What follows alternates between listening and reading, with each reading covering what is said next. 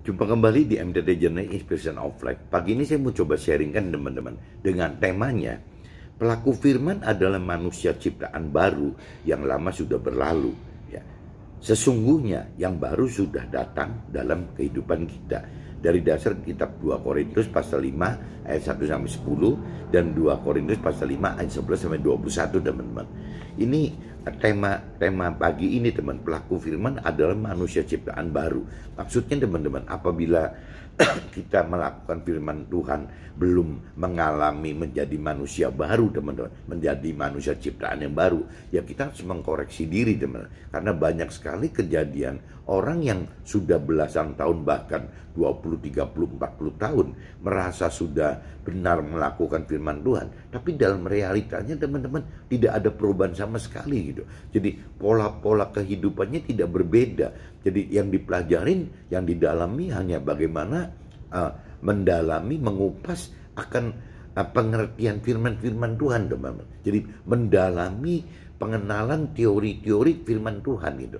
Nah, yang dikhawatirkan teman-teman, apabila kita parameter kedalaman firman Tuhan atau sebagai pelaku firman Tuhan ukurannya itu di cross dengan apa yang tadi gitu. Jadi pendalaman firman di cross dengan ya apa yang disebut pelaku firman gitu.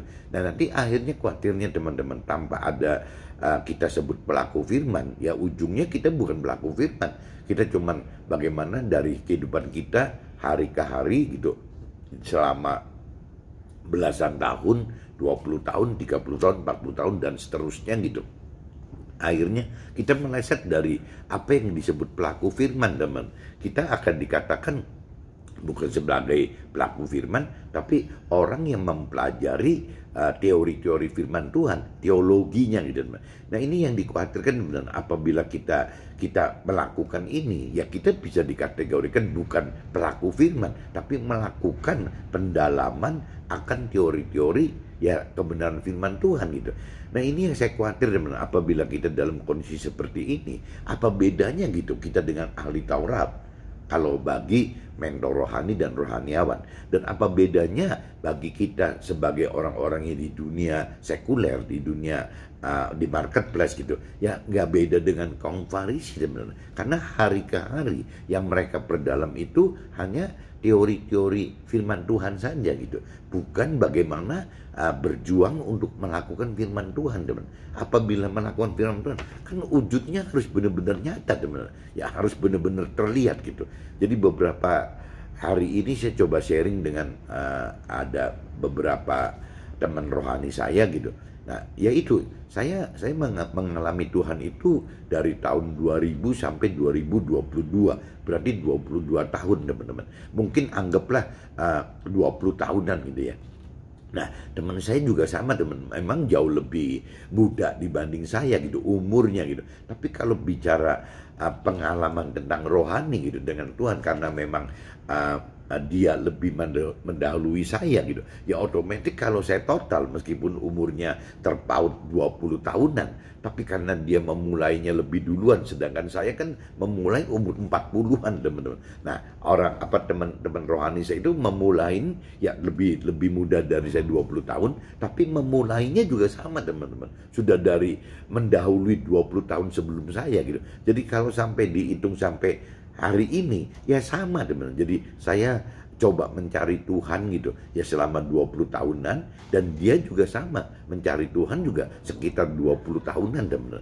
Cuman kalau saya lihat gitu ya kedalaman firman Tuhannya sangat dalam teman-teman. Pengenalan pengertian akan firman Tuhan itu lebih dalam sekali gitu. Tapi kalau saya lihat dari apa yang Tuhan inginkan kan cuma sekedar bagaimana kita mengenal dan mengerti, tapi Tuhan pengen kan kita melakukan firman Tuhan teman. Nah, kalau saya pelajarin dalam hal melakukan firman Tuhan, ya berarti kan ukurannya apa gitu, parameter bahwa kita melakukan firman Tuhan itu apa. Tidak bisa di hikmat kita, di pikiran perasaan kita, di kehendak kita bahwa kita sudah lebih dalam loh tahun ini mengenal akan firman Tuhan, dan kita lagi belajar terus nih, berjuang terus untuk bagaimana tahun depan untuk lebih mengenal, mengerti akan firman Tuhan. Kalau terus pola hidupnya selama 20 tahun digunakan hanya sekedar menilai seberapa dalam pengenalan pengertian akan firman Tuhan tanpa melakukan firman Tuhan, nggak ada artinya teman-teman. Makanya dari saya katakan, saya khawatir sekali orang-orang yang seperti ini tidak beda dengan ahli Taurat atau kaum Farisi gitu. Ya, karena mereka juga bukan berarti ahli Taurat, kaum Farisi itu tidak mudah disalahkan bahwa dia itu tidak melakukan firman Tuhan. Dianggapnya ahli Taurat dan kaum Farisi bahwa dengan mendalami pengenalan teori-teori akan firman Tuhan, bagi mereka gitu, bagi ahli Taurat dan kaum Farisi itu sudah melakukan firman Tuhan, teman-teman, dibanding orang dunia yang tidak mengenal dan mengerti, tidak mencari Tuhan, tidak mencari firman Tuhan gitu. Bagaimana orang dunia bisa mengenal mengerti akan firman Tuhan, bagaimana bisa melakukan firman Tuhan. Nah, apabila ahli Taurat dan kaum Farisi atau teman saya yang tadi sudah 20 tahun ini mencari Tuhan itu hanya dengan parameternya seperti itu gitu. Terus dari tahun ke tahun sampai misalnya kita punya pengalaman tambah 10 tahun lagi, berarti 20 plus 10 ya 30 tahun, ya anggaplah 40 tahun, 50 tahun.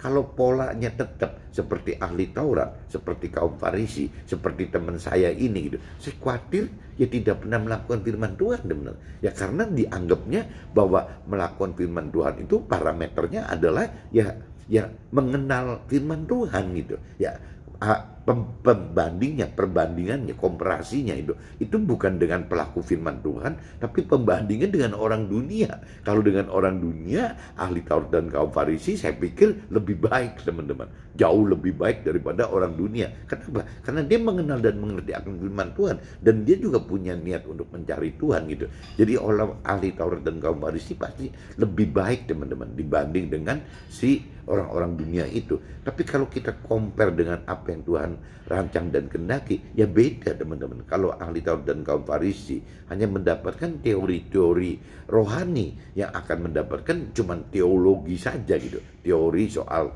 ketuhanan, tanpa bisa melakukan firman Tuhan.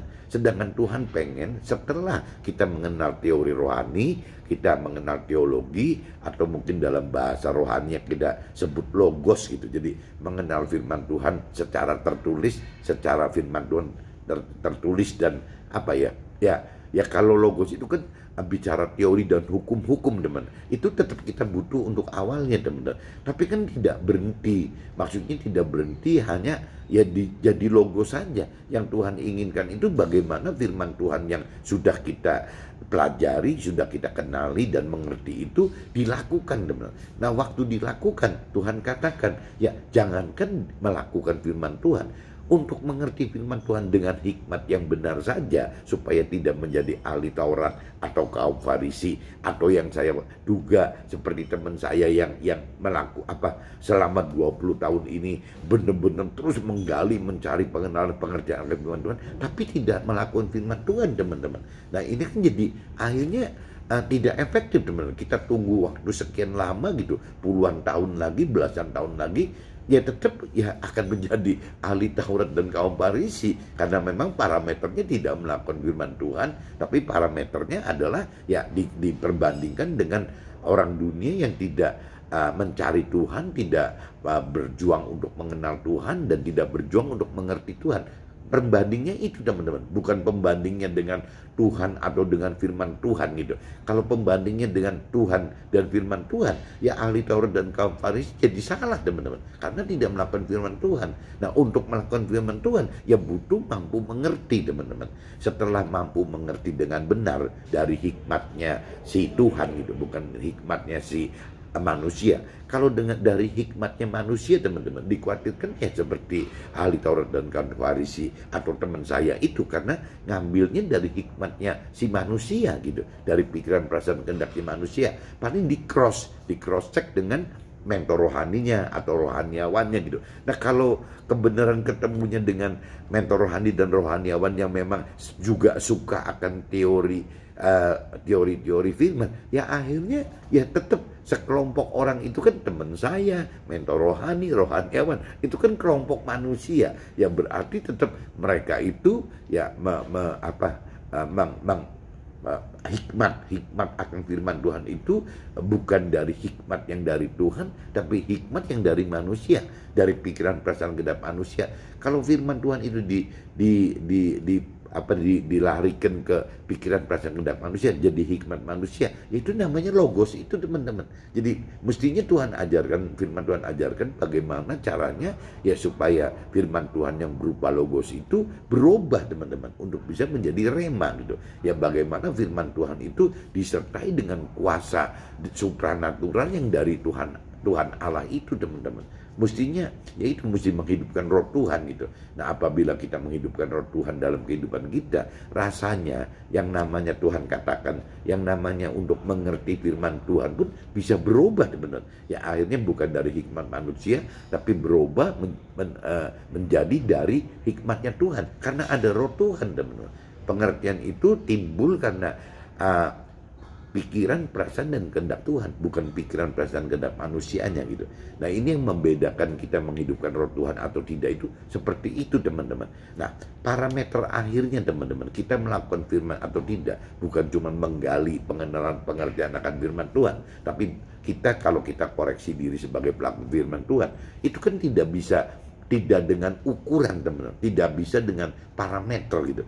Kalau buat saya pribadi, teman-teman, ya harus ada parameter yang nyata, bukan cuman karena pikiran perasaan kehendak sendiri lagi, teman-teman, bahwa kayaknya seperti ini loh, perasaan saya seperti itu loh. Nah, akhirnya kan tidak nyata. Nah, kalau buat saya pribadi, saya lebih menyarankan dan saya lebih mempraktekkan dalam hidup saya selama 20 tahun, 22 tahun ini, ya bagaimana saya benar-benar nyata, teman-teman, melakukan firman Tuhan itu secara nyata. Misalnya contoh, teman-teman, banyak sekali firman Tuhan yang mengatakan dan memberi contoh gitu, bahwa Tuhan pun menginginkan bahwa apabila kita mencari Tuhan dengan benar, ya banyak cerita yang menganjurkan, menyarankan bahwa ya saat subuh, teman-teman, saat pagi-pagi sekali gitu. Nah, itu yang sudah dipraktekkan oleh Nabi Isa gitu. Kalau dalam kitab Nasrani seperti itu. Jadi selalu mencari Tuhan itu pagi-pagi di tempat yang sunyi gitu. Selalu seperti itu. Jadi berarti apa kesimpulannya kan, banyak orang Nasrani katakan nyebutnya saat teduh, teman. Saat teduh itu biasanya orang pilih saat subuh gitu. Nah, subuh ini kan relatif, teman-teman. Kalau kita bicara subuh itu jam 5 mungkin bisa dikategorikan juga subuh. Jam 4, jam 3, jam 2 gitu. Ya itu udah kategorinya kena subuh semua, teman-teman. Nah, kedewasan rohani ini yang menyebabkan subuh kita itu bisa bergeser, dari mulai kita yang bangunnya lewat dari jam 6, jam 7, 8, 9 gitu. Kita makin mencari Tuhan, akhirnya kita makin ngegeser lagi, bukan jam 6 tapi bisa bangun jam 5, yang geser lagi bisa jam 4, jam 3, jam 2. Ya itu tergantung kitanya, teman. Tapi kan itu kan bukti gitu. Bukan cuma dari pikiran, perasaan, kehendaknya kita saja bahwa kita mau mencari Tuhan subuh pagi-pagi sekali itu, ya pagi-pagi sekali itu jam 6, jam 7, jam 8 itu sudah bukan subuh, teman-teman, sudah pagi itu. Nah, yang Tuhan inginkan subuh. Dan dalam prakteknya, teman-teman, kita kan mesti benar-benar nyatakan dalam kehidupan kita. Contoh, teman-teman, kalau yang saya coba belajar untuk berubah meskipun kadang-kadang juga masih susah, teman-teman. Ya contohnya paling gampang yang real, saya sebagai pelaku firman, apabila kata firman Tuhan atau Tuhan katakan terbaik itu mencari Tuhan pagi-pagi sekali, ya berarti subuh. Ya saya coba berjuang, teman-teman, mencari Tuhan itu dari jam 5 mundur ke jam 4, mundur ke jam 3, mundur ke jam 2, anggaplah rata-rata jam 3 aja gitu. Nah, kalau kita bicara mencari Tuhan itu jam 3 pagi, ya itu kan kategorinya subuh, teman-teman. Masih kurang nggak? Ya ada jam 2 kalau kita kuat bisa bangun jam 2 ya nggak apa-apa, teman-teman. Tapi kan kadang-kadang nggak kuat gitu, fisik ini nggak kuat gitu. Jadi, nah kalau kita hitung mundur, teman-teman, kalau kita cross check mencari Tuhan dengan kesehatan secara tubuh dan jiwa kita, secara medikal katakan bahwa orang tidur harus 6 jam, teman. Jadi kalau kita bicara subuh itu kita anggap jam 3 pagi, ya berarti kita mesti tidurnya jam 9 malam, teman, baru bisa. Nah, sedangkan saya yang dulu, teman-teman, sebelum mengenal Tuhan, sebelum tahun 2000, kehidupan saya itu baru tidur jam 3, teman. Tidur jam 3 pagi gitu. Bangunnya jam 9 pagi, teman. 6 jam kan tetap 3 sampai jam 9 pagi, 6 jam gitu. Nah, tapi kalau saya lihat sekarang gitu, saya coba melakukan firman Tuhan, akhirnya saya balik teman. Secara nggak sengaja, nggak tahu gimana, sekarang kehidupan saya itu bisa tidur jam 9 malam teman. Jam 9 malam itu saya tidur, bangunnya jam 3 pagi gitu. Dan kalau saya total, kan tetap 6 jam teman. Tetap ada 6 jam gitu, waktu tidur saya 6 jam.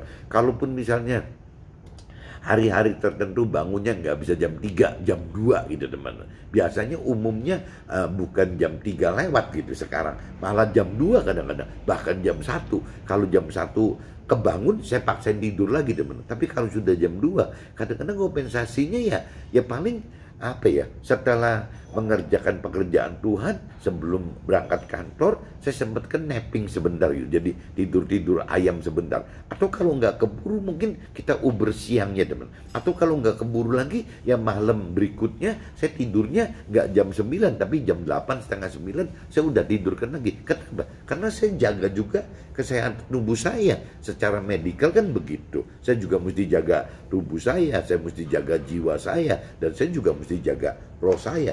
Jadi 3 unsur yang manusia harus jaga itu kan ya tubuh, jiwa, rohnya teman.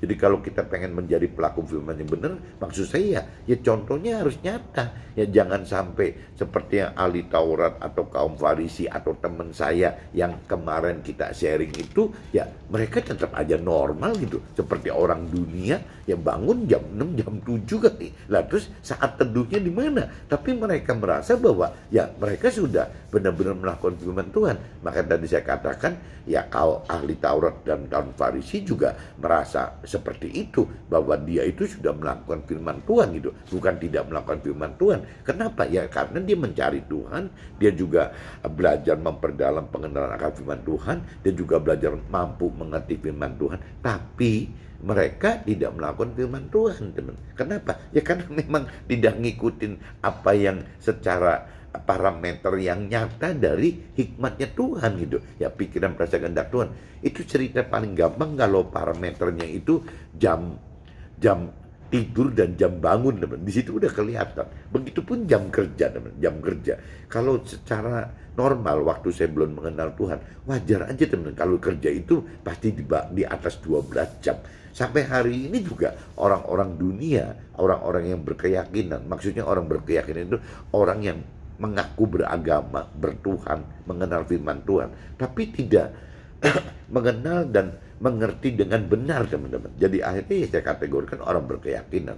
Orang berkeyakinan itu kecenderungannya mirip-mirip seperti orang dunia teman-teman. Tapi kalau bicara resiko menurut saya secara rohani, orang berkeyakinan itu lebih resiko daripada orang dunia. Kalau orang dunia itu kan orang yang tidak mikir gitu tentang Tuhan dan firman Tuhan, itu nggak dipikirin gitu. Tapi waktu satu saat dia kebentur masalah, dia akan berbalik dan bertobat teman. Akan berbalik dan bertobat untuk mencari Tuhan dan firman Tuhan. Tapi kalau orang berkeyakinan teman-teman, ya resikonya kalau saya bilang lebih besar. Kenapa? Karena orang berkeyakinan selalu katakan bahwa dia sudah ada di dalam Tuhan, dia sudah mengenal firman Tuhan, dia sudah mengenal Tuhan gitu. Selalu berkata begitu. Jadi untuk berbalik dan bertobat itu lebih kecil daripada kemungkinannya orang-orang dunia itu teman-teman. Nah ini yang mesti dihati-hati ya, seperti ini teman-teman. Jadi orang-orang berkeyakinan itu yang mesti kita lebih banyak diberitakan tentang kebenaran, meskipun lebih sulit daripada orang dunia teman-teman. Ini yang konyolnya orang-orang berkeyakinan seperti itu, dan bahaya sekali teman-teman. Nah ini orang-orang seperti kalau seandainya kalau waktu zamannya Nabi Isa teman-teman, bagaimana Nabi Isa dan murid-murid Nabi Isa bagaimana bisa memberitakan kebenaran firman Tuhan kepada ahli Taurat dan kaum Farisi gitu. Nggak bisa teman-teman, karena ahli Taurat dan kaum Farisi sudah merasa bahwa dia itu lebih mengenal dan lebih mengerti akan firman Tuhan dan Tuhan dibanding yaitu Nabi Isa dan murid-muridnya gitu. Kalau kita bicara di cross dengan adu teori rohani, murid-muridnya Nabi Isa bisa kalah loh teman-teman sama kaum Farisi, apalagi ahli Tauratnya gitu. Bisa kalah teman-teman, karena hanya bicara mengupas dari sisi-sisi teori saja gitu. Nah kalau yang namanya murid-muridnya Nabi Isa kan bukan cuma sekedar mengupas teori rohani, tapi memang melakukan kok. Ya akhirnya ada yang dihukum, ada yang masuk penjara, ada yang diludahi, ada yang dilempari batu gitu. Ya seperti itu teman. Konsekuensi melakukan firman Tuhan itu kan dibenci oleh orang-orang dunia, teman. Ya kalau cerita dibenci kan karena memang kita melakukan firman Tuhan. Tapi kalau ahli Taurat dan kaum Farisi kan tidak dibenci karena memang tidak melakukan firman Tuhan, kok nggak kelihatan. Dia cuma tiap hari, hari ke hari itu cuma memperdalam firman Tuhan, ya dan ya terus memperdalam terus, dan sampai matinya juga memperdalam, tidak melakukan firman Tuhan, teman. Ini yang saya maksud dengan apa, kalau kita pengen ikut Tuhan itu ya contohnya gitu, teman. Jadi dari jam tidur, mungkin jam kerja juga sama, teman. Tadi saya sambung jam kerja itu kalau bicara normal orang kerja, orang dunia, rasanya di atas 15 jam kali, teman. Tapi kalau saya terus selama 20 itu saya berubah, akhirnya ya saya jangan-jangan sekarang kerja secara duniawinya tinggal 1,5 jam saja, teman. Karena fungsi saya kebenaran ada di komisaris gitu. Jadi hari ke hari itu saya cuman spare waktu 1,5 jam itu untuk membina urusan pekerjaan di kantor, teman. Tapi bukan berarti 1,5 jam saya itu tidak efektif, teman. Tuhan bisa bikin, Tuhan bisa kirim tim kerja itu yang lebih profesional lagi, teman. Jadi meskipun dulu saya kerja 15 jam per hari, tapi hasil kerja kualifikasinya mungkin nilainya 6 atau 7, teman-teman. Tapi kalau kita lihat dengan cara-cara si teamwork yang lebih profesional yang bantu saya kerja, meskipun saya kerja tidak 15 jam, saya kerja cuma 1,5 jam, tapi karena yang kerjanya itu profesional semua, ya jangan-jangan nilainya itu bukan 6 atau 7, nilainya bisa 8 atau 9, teman-teman. Nah itu hebatnya Tuhan di situ, teman-teman. Jadi waktu kita benar-benar taat mengasihi Tuhan dan percaya Tuhan dan mau dengeran gitu tentang firman Tuhan. Ya seperti di kitab Matius pasal 6:33 tadi, teman. Cari dulu kerajaan Allah dan kebenarannya, baru yang lain Tuhan tambahkan. Ya itu ternyata begitu, teman, dengan parameternya gitu. Jadi jam kerja saya pun, tadi saya cerita jam tidur kan, yang namanya tidur jam, yang dulu tidurnya jam 3 pagi gitu, bangunnya jam 9 pagi. Tapi sekarang tidurnya itu jam 9 malam, bangunnya jam 3 pagi. Jadi kebalik total, teman-teman. Itu satu soal jam tidur. Jam kerja juga sama. Jam kerja saya dulu itu di atas 15 jam. Tapi kalau sekarang saya mungkin kerja ya paling cuma 1,5 jam gitu. Jadi cuma 10%-nya. Tapi apa yang terjadi di kantor, di teamwork saya gitu. Ya Tuhan kirim orang-orang yang profesional gitu. Yang tadi saya katakan, meskipun saya kerja cuma 10% waktu saya jadi orang dunia gitu. Cuma 1,5 jam dari 15 jam gitu.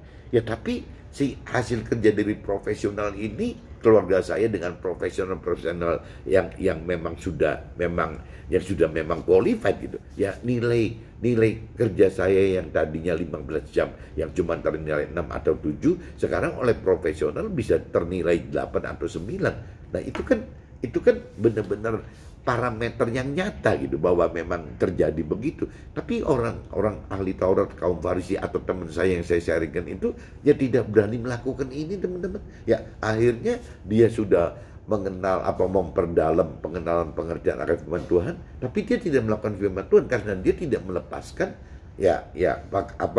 baju yang lamanya. Kalau firman Tuhan katakan begitu, tidak melepaskan pakaian lamanya gitu. Akhirnya dia masuk pengen menjadi ciptaan baru, tapi tidak bisa, teman-teman, karena tidak bisa menanggalkan pakaian lama dia. Ini yang terjadi, dan yang konyolnya tidak merasa gitu. Ya saya bilang ya, jangankan kita gitu, ya ahli Taurat dan kaum Farisi juga sampai meninggal dunia tidak merasa bahwa dia salah kok. Ya anggapnya dia sudah melakukan firman Tuhan, padahal belum gitu melakukan firman itu. Ya itu ada parameter yang nyata yang kita mesti praktekkan, dan kita jangan anggap Tuhan itu tidak bisa membuat hal-hal yang maha dahsyat gitu. Ya contohnya tadi saya katakan gitu, saya bisa bahunya terbalik, saya jam kerjanya bisa terbalik juga gitu, tapi bukan dengan hasil yang berkurang, teman-teman. Nah ini yang saya bisa sharingkan pagi ini seperti ini, teman-teman. Nah ini sebelum waktunya ngelantur gitu, saya coba bacakan dulu di firman Tuhannya, teman-teman, di kitab 2 Korintus pasal 5 ayatnya cuma 1 sampai 21 aja, teman-teman. Jadi saya baca langsung aja, nanti langsung saya masuk ke draft gitu. Karena kami tahu bahwa jika kemah tempat kediaman kita di bumi ini dibongkar, Allah telah menyediakan suatu tempat kediaman di sorga bagi kita, suatu tempat kediaman yang kekal, yang tidak dibuat oleh tangan manusia. Selama kita di dalam kemah ini, kita mengeluh karena kita rindu mengenakan tempat kediaman surgawi di atas tempat kediaman kita yang sekarang ini. Sebab dengan demikian kita berpakaian dan tidak kedapatan telanjang. Sebab selama masih diam di dalam kemah ini, kita mengeluh oleh beratnya tekanan. Karena kita mau mengenakan pakaian yang baru itu tanpa menanggalkan yang lama. Yaitu tadi teman-teman yang saya tadi barusan saya katakan, banyak orang-orang yang tidak bisa, sudah coba belajar mengenal mengerti akan firman Tuhan, ya akan Tuhan, tapi tidak bisa menanggalkan pakaian yang lamanya teman-teman. Jadi tetap aja dengan gaya-gaya dulu. Pakaian lama itu contoh yang tadi saya katakan soal jam tidur kita bisa kebalik, soal jam kerja kita juga bisa kebalik. Kalau orang ikut Tuhan jam kerjanya masih seperti orang dunia, itu sih kalau menurut saya masih salah teman-teman. Tuhan kan katakan di dalam firman yang lain gitu, bahwa apabila kita memang serahkan beban hidup kita kepada Tuhan, Tuhan akan gantikan kuk yang ringan dan enak. Ya, kuk yang ringan dan enak kalau dari sisi jam kerja contohnya teman. Ya, kita kerja cuman dalam satu hari 24 jam teman. Ya, kalau kita tidur, dokter katakan, medical katakan harus 6 jam tidurnya. Berarti 24 potong 6 jam itu kan tinggal 18 jam teman. Nah, kalau kita kerjanya sudah kerjanya sampai 15 jam gitu minimal, bahkan kadang bisa di atas. Berarti waktu sisa di luar jam kerja kita tinggal 3 jam teman. Nah, kalau 3 jam itu kita mau pakai buat apa? Ya buat Tuhan, buat keluarga kita, buat kita pribadi. Nggak bakal cukup teman-teman, nggak bakalan bisa gitu. Jadi yang dirubah itu bukan 24 jamnya diulur kan nggak bisa begitu, karena sehari tetap 24 jam. Berarti kan memanage waktunya teman. Bagaimana memanage waktu supaya kita jangan seperti orang dunia. Nah, ini yang kemarin saya sharingkan ke teman rohani saya itu seperti itu teman-teman. Jadi harus mengatur waktu, harus mengatur pola pikir kita, pola hidup kita harus dirubah semua untuk menjadi ciptaan baru. Maksudnya gitu teman-teman. Tetapi Allah lah yang justru mempersiapkan kita untuk hal itu, dan yang mengaruniakan roh Tuhan. Nah, ini roh Tuhan ini yang menjadi dominan. Roh Tuhan ini yang ahli Taurat dan Farisi nggak punya teman-teman, kepada kita sebagai jaminan segala sesuatu yang telah disediakan bagi kita. Yaitu kalau tanpa ada roh Tuhan, kita tidak akan mampu mengenal lebih dalam, tidak akan mampu mengerti firman Tuhan, tidak akan mampu karena tidak ada keberanian untuk melakukan firman Tuhan. Nah, waktu kita tidak mampu itu semua, ujung-ujungnya teman-teman kita tidak bisa menuai janji-janji Tuhan. Ya, waktu kita tidak bisa menuai janji Tuhan, berarti kita tidak bisa hidup masuk ke dalam perancangan dan kehendak Tuhan. Itu teman-teman. Maka oleh karena itu hati kami senantiasa tabah, meskipun kami sadar bahwa selama kami mendiami tubuh ini, kami masih jauh dari Tuhan. Sebab hidup kami ini adalah hidup karena percaya, bukan karena melihat. Tetapi hati kami tabah, dan terlebih suka kami beralih dari tubuh ini untuk menetap pada Tuhan. Sebab itu juga kami berusaha, baik kami diam di dalam tubuh ini maupun kami diam di luarnya, supaya kami berkenan kepadanya. Sebab kita semua harus menghadap tata pengadilan Tuhan Allah nantinya gitu, waktu kita meninggal dunia teman-teman. Supaya setiap orang yang memperoleh apa yang patut diterimanya sesuai dengan yang dilakukannya dalam hidupnya ini, baik atau jahat gitu. Nah, ini di ayat 11-nya perikopnya berubah lagi dengan pelayanan untuk pendamaian. Kami tahu apa artinya takut akan Tuhan, karena itu kami berusaha meyakinkan orang bagi Allah hati kami nyata dengan terang, dan aku harap hati kami nyata juga demikian bagi pertimbangan kamu. Dengan ini kami tidak berusaha memuji-muji diri kami sekali lagi kepada kamu, tetapi kami mau memberi kesempatan kepada kamu untuk memegahkan kami, supaya kamu dapat menghadapi orang-orang yang bermegah karena hal-hal lahiriah dan bukan batiniah. Sebab jika kami tidak menguasai diri, hal itu adalah dalam pelayanan Allah. Dan jika kami menguasai diri, hal itu adalah untuk kepentingan kamu. Sebab kasih Kristus yang kasih dari firman Tuhan, kasih dari Tuhan gitu, yang menguasai kami, karena kami telah mengerti bahwa jika satu orang sudah mati untuk semua orang, maka mereka semua sudah mati. Dan Nabi Isa teman-teman yang diutus Tuhan Allah itu ya telah mati untuk semua orang, supaya mereka hidup, tidak lagi hidup untuk dirinya sendiri, tetapi untuk Tuhan Allah yang Tuhan Allah dan Nabi Isa-nya juga teman-teman, yang telah mati dan telah dibangkitkan untuk mereka gitu. Sebab itu kami tidak lagi menilai seorang juga pun menurut ukuran manusia. Dan jika kami menilai Nabi Isa menurut ukuran manusia, sekarang kami tidak lagi menilainya demikian. Jadi siapa yang ada di dalam Nabi Isa atau di dalam firman Tuhan, teman, ia adalah ciptaan baru, yang lama sudah berlalu, sesungguhnya yang baru sudah datang. Dan semuanya ini dari Allah yang dengan perantaraan Nabi Isa dan firman Tuhan itu telah mendamaikan kita dengan dirinya gitu, dan yang telah mempercayakan pelayanan pendamaian itu kepada kami. Sebab Tuhan Allah mendamaikan dunia dengan dirinya oleh firman Tuhan tersebut dengan tidak memperhitungkan pelanggaran mereka. Ia telah mempercayakan berita pendamaian itu kepada kami. Jadi kami ini adalah utusan-utusan Tuhan Allah, utusan Nabi Isa juga utusannya firman Tuhan Allah gitu. Seakan-akan Allah menasihati kamu dengan perantaraan kami. Dalam nama Nabi Isa atau firman Tuhan, kami meminta kepadamu, berilah dirimu didamaikan dengan Allah. Dia yang jadi dosa karena kita, supaya dalam dia dibenarkan oleh Allah. Nah ini saya sudah bacakan di kitab 2 Korintus teman-teman, pasal 5 ayat 1 sampai 21 teman-teman. Nah ini saya coba berlanjut teman-teman ke draft saya aja teman-teman. Kalau dari draft saya 2 Korintus pasal 5 ayat 1 sampai 4, Tuhan katakan bahwa dunia ini adalah rumah sementara kita, di mana firman katakan selama kita tinggal di dunia, kita akan mengeluh oleh karena tekanan permasalahan kehidupan. Karena kita tidak mencari apa yang diperintah, peraturkan dan yang dijanjikan, serta yang dikehendaki juga dirancangkan bagi kita agar kita jadi ciptaan yang baru. Ya itu teman-teman. Jadi kalau cerita dari sisi rohaninya, dari sisi firman Tuhannya gitu, ya bahwa dunia ini adalah rumah sementara. Tapi orang dunia dan orang berkeyakinan beranggapan bahwa dunia ini adalah rumah tetapnya gitu. Jadi akhirnya semua kehidupan orang dunia dan berkeyakinan itu all out dihabiskan untuk kepentingan duniawi saja teman. Padahal kalau kita bicara dari sisi firman Tuhan dan Tuhan, itu kan sifatnya sementara aja. Rumah kita yang sebenarnya itu kan ada di akhirat gitu. Lepas itu masuk dalam surga atau neraka. Nah ini yang kita mesti bisa bedakan, bahwa kita mesti sadar bahwa dunia ini adalah rumah sementara gitu. Ini yang nggak boleh kita itu. Dan isinya di dunia ini memang banyak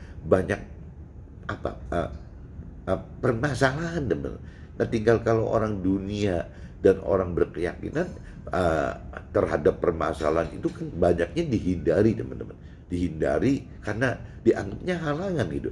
Nah sedangkan kalau secara rohani, secara firman Tuhan katakan bahwa permasalahan itu adalah bagaimana cara alat Tuhan gitu untuk bisa meningkatkan level iman kita. Selama permasalahan itu tidak dianggap menjadi rintangan karena kita mengandalkan Tuhan, otomatis permasalahan itu menjadi rintangan dan bukan halangan gitu. Kalau halangan kan satu hal yang tidak bisa dilewati gitu. Tapi kalau rintangan itu adalah suatu halangan yang bisa kita lewati. Nah Tuhan katakan apabila halangan timbul dan kita percaya Tuhan, taat Tuhan, tetap melakukan firman Tuhan dengan power kuasa dari roh Tuhan, yang namanya halangan itu di akhirnya bukan halangan teman, menjadi rintangan gitu. Dalam arti kata halangan itu bisa kita lewati. Nah ini yang Tuhan inginkan seperti itu teman. Bagaimana halangan-halangan itu berubah menjadi rintangan, yaitu bisa terjadi apabila memang kita bisa menghadapi halangan itu dengan cara solusi hidup di jalan peta kebenaran firman Tuhan, dan juga menghidupkan roh Tuhan sebagai kompasnya, sehingga kita bisa melewati halangan itu teman-teman. Nah waktu kita bisa melewati halangan itu, ya Tuhan firman Tuhan katakan kita menjadi ciptaan yang baru teman. Itu yang Tuhan inginkan, harus ada transformasi gitu. 2 Korintus ayat 5, pasal 5 ayat 5, untuk jadi ciptaan baru kita harus mau meninggalkan manusia lama kita dengan cara berubah hidup mentaati firman Tuhan sesuai hikmat Tuhan, di mana Tuhan telah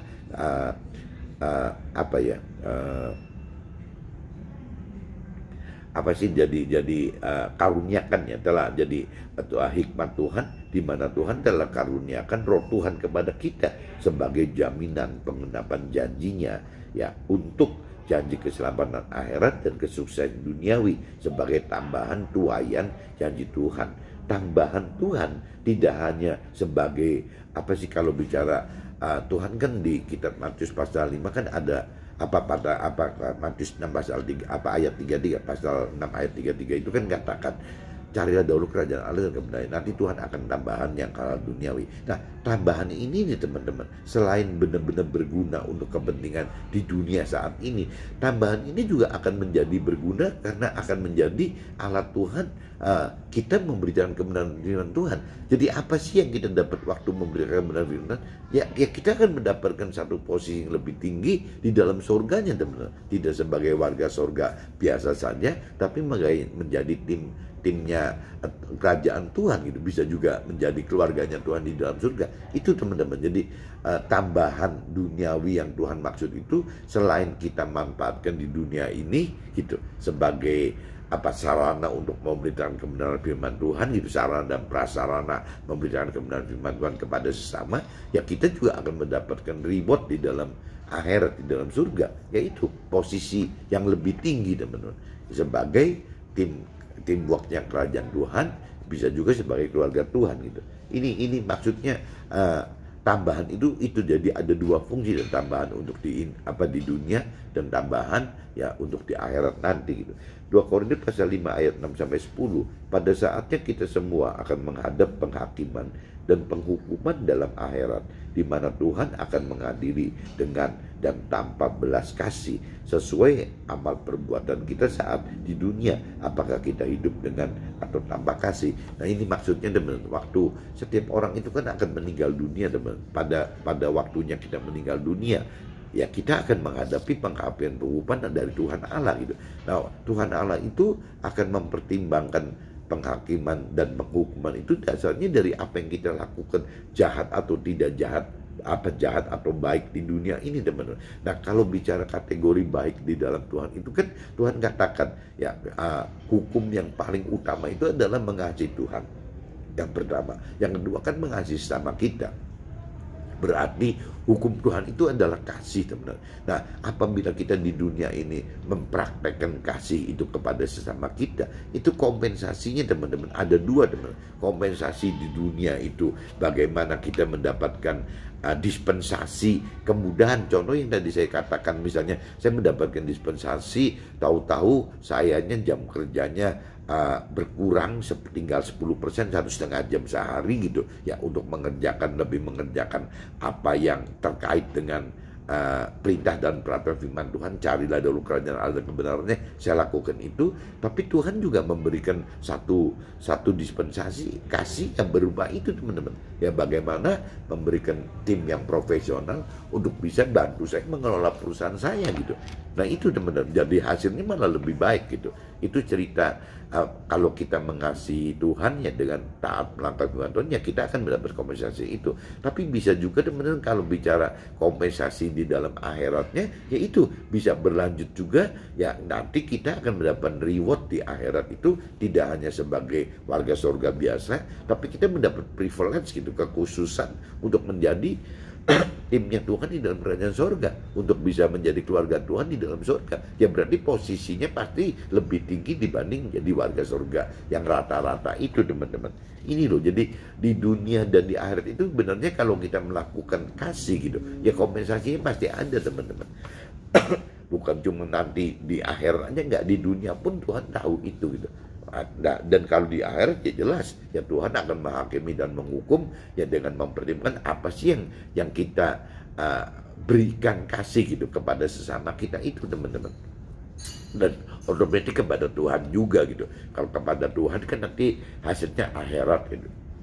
Tapi kalau kasih kita kepada sesama kita di dunia ya bentuknya dispensasi, teman-teman. Tuhan bisa berikan, bisa juga ke anak-anak kita, ke istri kita, ya banyak, teman-teman. Mungkin juga dalam kita pribadi kompensasi kasih Tuhan kepada kitanya itu banyak sekali. Mungkin kita bisa secara tubuh bisa diberi kesehatan yang lebih, mungkin bisa jadi lebih awet muda gitu. Ya bisa begitu, teman. Secara jiwa jadi kita mendapat ketenangan ya, kita benar-benar bisa diberi kedalaman pengenalan akan firman Tuhan, kedalaman kemampuan mengerti firman Tuhan, kemampuan untuk berani melakukan firman, itu juga semua kan karena kasih Tuhan, teman, yang diberikan di dunia pada saat ini gitu. Nah, secara roh ya itu, ya kita bisa jadi benar-benar bisa hidup di dalam firman Tuhan bersama dengan roh Tuhan. Jadi semua itu kan bentuk-bentuk kasih, kompensasi kasih Tuhan di dunia maupun di akhirat. Kalau di akhirat kan nanti posisi, teman, posisi akhirat gitu.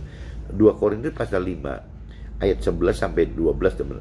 Jika kita percaya dan kasihi serta taat kepada Tuhan, maka kita harus gitu lakukan apa yang dikehendaki Tuhan, yakni bagaimana kita menjadi pelaku firman dan juga menjadi pemberita firman kepada sesama kita, agar sesama kita bisa melakukan firman Tuhan gitu. Ya, pemberita firman melalui kesaksian hidup akan memposisikan kita sebagai teamwork Tuhan dalam mengatur marga-marga surga tadi. Nah, ini saya coba perdalam teman-teman, karena saya ini pengusaha atau mungkin juga ketemunya banyak sekali dengan teman-teman yang aktif di karir gitu, di orang-orang yang karir gitu, atau paling enggak buruh kan yang terkait dengan staf dan karyawan. Itu kan berarti kan stafnya banyaknya orang karir, yang namanya karyawannya banyak kan mungkin kategorinya buruh, teman-teman.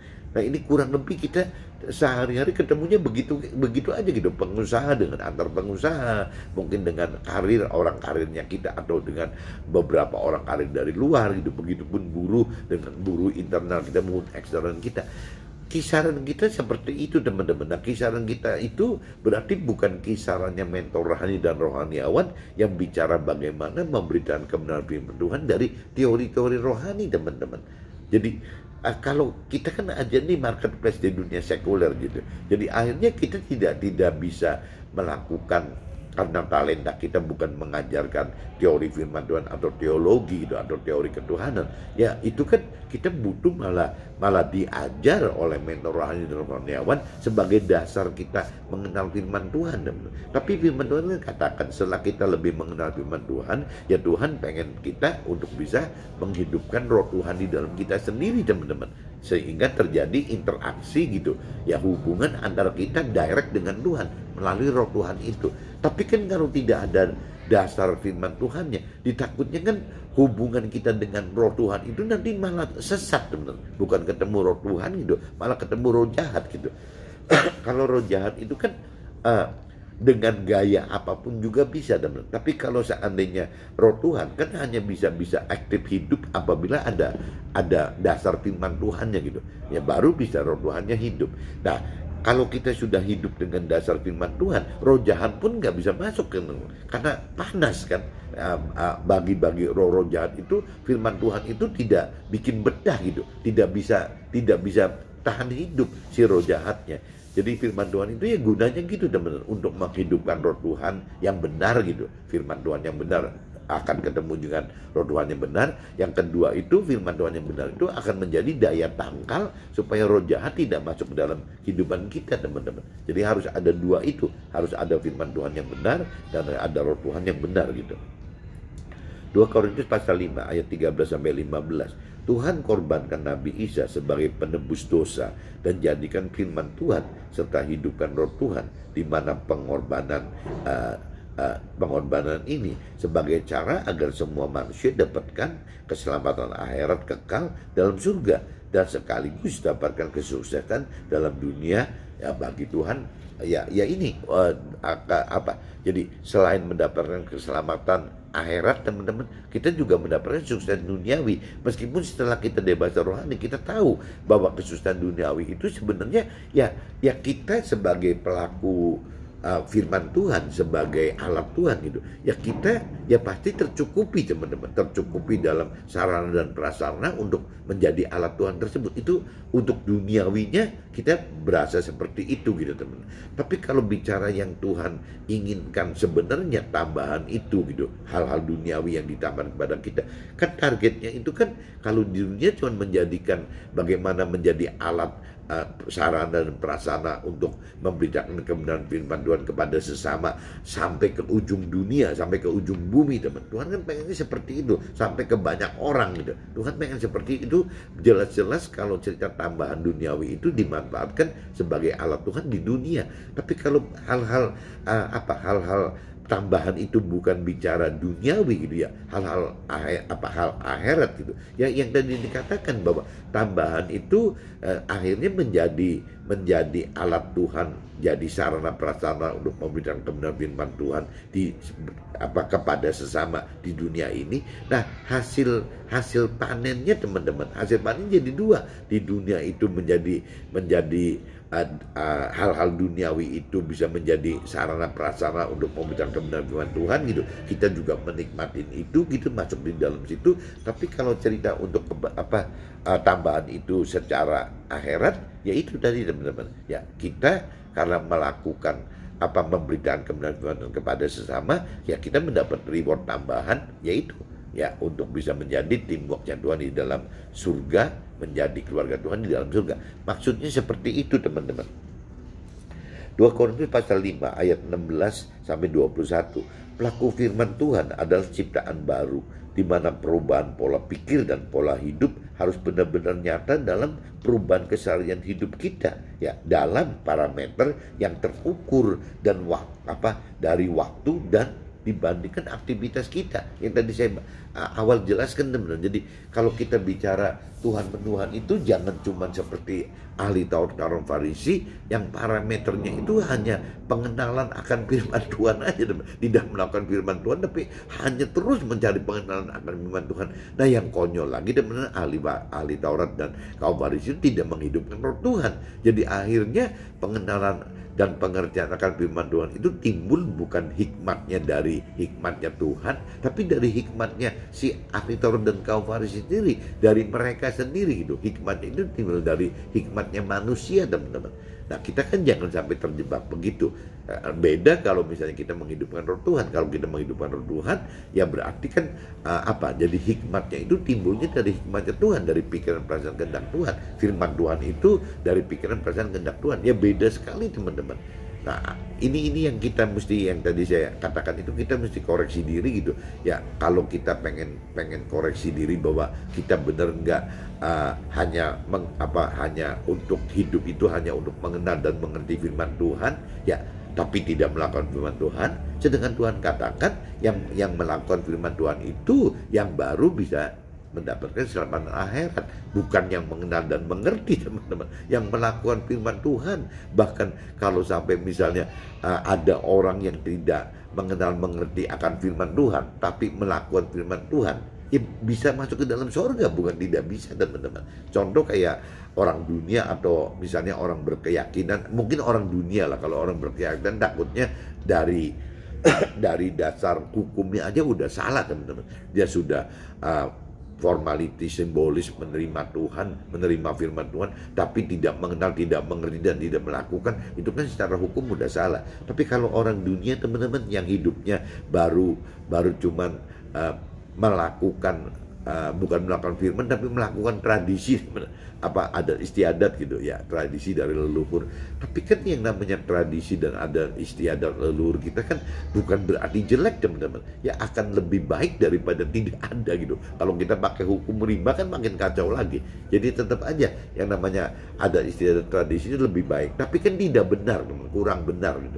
Jadi akhirnya kebaikan itu yang bisa mungkin gitu, mungkin aja bisa masuk ke dalam surga karena Tuhan Maha Kasih kan dan Maha Adil. Pasti pertimbangan orang-orang dunia itu dipertimbangkan secara hukumnya itu ya hukum-hukumnya orang dunia kan itu, yang nilainya gitu.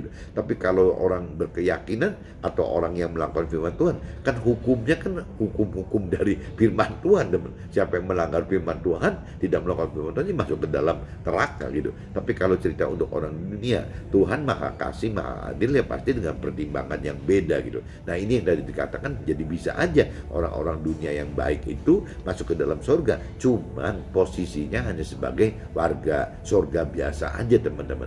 Nah kita mendapatkan privilege benar-benar Tuhan. Anak-anak Tuhan ini bisa dapat privilege untuk tidak cuma sekedar menjadi warga surga, tapi bisa menjadi keluarga Tuhan di dalam surga. Nah ini yang mesti kita uber teman. Itu yang Tuhan kendaki seperti itu teman.